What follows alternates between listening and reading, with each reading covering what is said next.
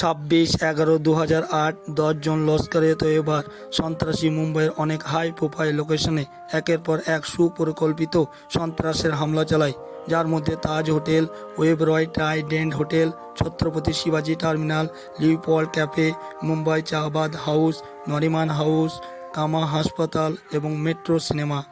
26/11 মুম্বাই সন্ত্রাসী হামলায় নিরাপত্তা বাহিনীর 20 জন সদস্য, 26 জন বিদেশি সহ কমপক্ষে 166 জন প্রাণহানি হয়েছিল এবং 300-রও বেশি আহত হয়েছিল, যার ফলে ভারতের এক ভিত্তিকে নাড়িয়ে দিয়েছিল।